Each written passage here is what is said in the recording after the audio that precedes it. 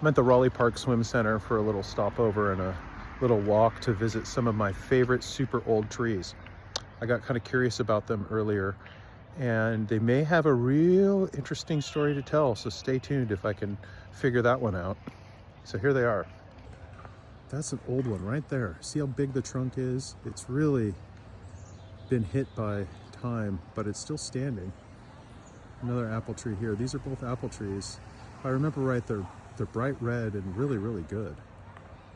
A little closer to this one, and the other one behind it, this one back here, you can see this is an old apple tree as well, and it's on its last legs. Here's the trunk of this old thing.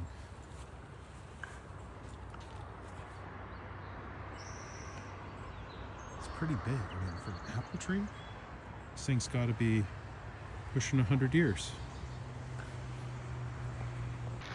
So through my research, I found out that this park was originally owned by Ladd Fruit Company, something like that, of Ladd's Edition fame. They sold it to the MAC Club, Multnomah Amateur Athletic Club, who built a giant golf course here. After the boom, the golf course collapsed, wasn't economically viable, and it was bought and turned into the Gable School. So we're standing on the former grounds of a golf course and a Gable School. So either the golf course or the Gable School probably planted those trees and the rest of the trees I'll show you today. That's my thesis. I reached out to THPRD. They don't have any records of these trees. And they said they agreed with me. It's probably been planted by either the Gable School or by the MAC Club before that. So see if I can find some evidence of that. That'd be interesting. I learned about the Gable School, which was an interesting progressive school, one of the first of its time, being built on a golf course. Apparently, they focused on outdoor activities and teaching in nature, things surrounding nature and stuff like that. It was a very new idea for the time, early 1950s. I mentioned the early 1950s because that's when another character kind of showed himself on this investigation of the apple tree. That was James Beard. Apparently he taught right here in this area where I'm standing somewhere. I haven't figured out where all the buildings were back then.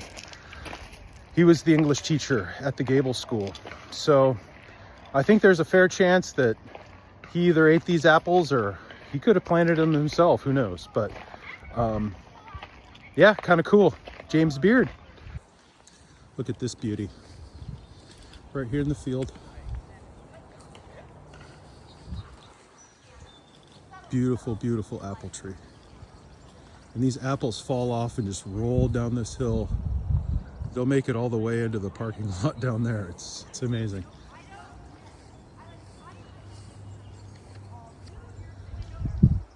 Here's another view of the old beauty.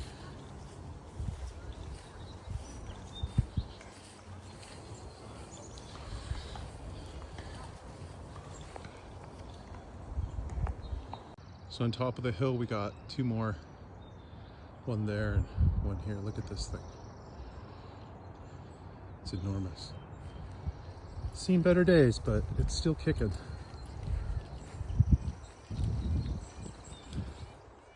That is an old apple tree. There's the school. There's the rest of the park. I'll show you the last one I know about. It's down here. It's a pear tree.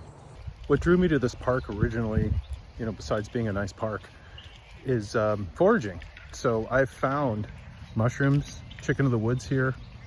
The water features all throughout here. They landscaped it with hay and it grew barley. So all throughout here, I harvested tremendous amounts of barley.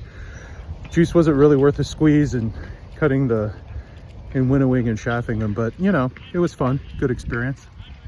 It's interesting that food drew me to the park and helped me discover some cool little secrets. Foraging's fun. I was talking about all that barley, so here's the little kids' play place. And all this grass along here, growing by this channel. In and amongst these grasses is a bunch of barley. It's all barley going through here, out into that field over there. That's where I harvest it. Probably won't do it this year, maybe just for fun, but yeah, a lot of this grass you see here is barley. It's hard to tell which is which at this stage. As we walk over to this end of the park, the pear tree shall reveal itself. It's back here. This one, it's impossible to get any fruit off of it, to pick it off of the tree. It's just way too tall, right here.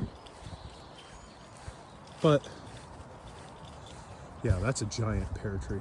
I don't know how old that one is. May not be ancient, but it's a great little tree. What you have to do is come out here after a windstorm or after a stiff breeze and collect the delicious, ready-to-eat fruit right off the ground. Or as we like to say, you go collect your windfall.